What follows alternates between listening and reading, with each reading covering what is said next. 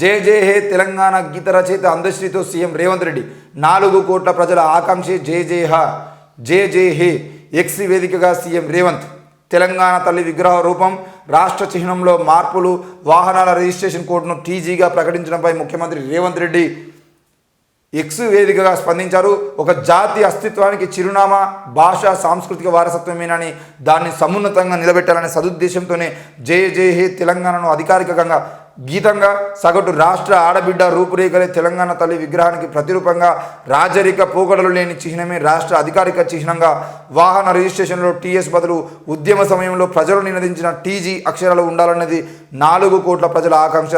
దాన్ని నెరవేరుస్తూ కేబినెట్లో నిర్ణయం తీసుకున్నాం అని ముఖ్యమంత్రి పేర్కొన్నారు. మొత్తానికైతే తెలంగాణ ఎన్నికలకు అసెంబ్లీ ఎన్నికలకు ముందు అంటే ఊహించని విధంగా అందశ్రీ గారితో కాంగ్రెస్ పార్టీ అధ్యక్షుడు మరి రేవంత్ రెడ్డి ఒక ఇంటర్వ్యూ పెట్టుకొని ఆ ఇంటర్వ్యూలో బీఆర్ఎస్ పార్టీకి సంబంధించిన విషయంలో అందశ్రీ గారితో ఈ తెలంగాణ రాష్ట్రంలో అంటే ముఖ్యంగా కేసీఆర్ వల్ల జరిగిన నష్టమైంది అనే విషయం మీద వాళ్ళు మాట్లాడుకోవడం జరిగింది. ఆ మాట్లాడినటువంటి ఇంటర్వ్యూ 1.5-2 గంటల పాటు ఉన్నటువంటి ఆ ఇంటర్వ్యూను అన్ని ప్రధాన ఛానళ్ళకు పంపించి దాన్ని ప్లే చేయించారు.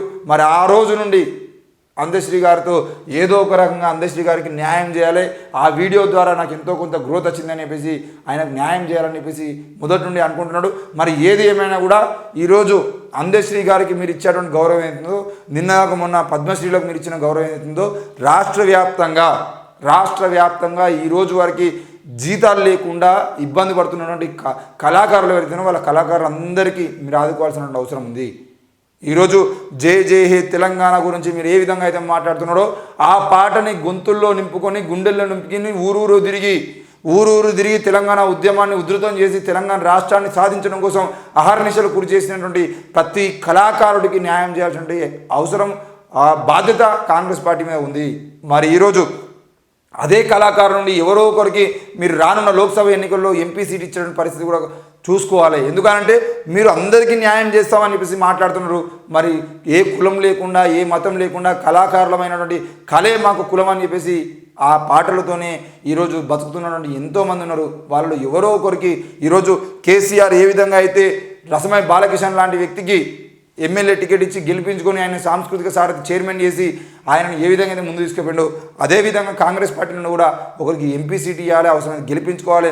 అట్లాంటి వాళ్ళను ఈ పార్లమెంటుకు పంపించి మన తెలంగాణ గొంతేంది, మన తెలంగాణ నినాదం ఎట్లుంటుంది, మన తెలంగాణ వాళ్ళు మాట్లాడితే ఏ విధంగా ఉంటుంది అనే విషయాన్ని అక్కడ కేంద్రంలో కూడా చూపించడం ప్రయత్నం చేయాలి. కాబట్టి ఆ విధంగా తీసుకోవాలి. రెండవది, తెలంగాణ రాష్ట్రంలో బీఆర్ఎస్ అధికారంలో నుండి దిగిన తర్వాత మరి ఎట్టి పరిస్థితుల్లో ఇక్కడ నుండి కళాకారులు చాలామంది ఇబ్బందులకు గురవుతున్నారు, జీతాలు సరిగా లేవు.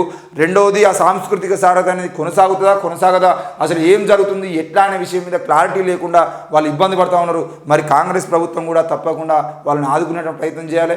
వాళ్ళు ఇన్ని రోజుల పాటు బీఆర్ఎస్కు పాటలు పాడింది కేసీఆర్ మీద ప్రేమతోనో లేదంటే వాళ్ళకి అవకాశం ఇచ్చినని ఆలోచనతోనూ కాదు, వాళ్ళకి డబ్బులు జీతాలు ఇస్తున్నారు. కాబట్టి చాలామంది మెజారిటీగా కొంతమంది ప్రాణంగా కేసీఆర్ను ఓన్ చేసుకొని పాటలు పాడిన వాళ్ళు ఉండొచ్చు.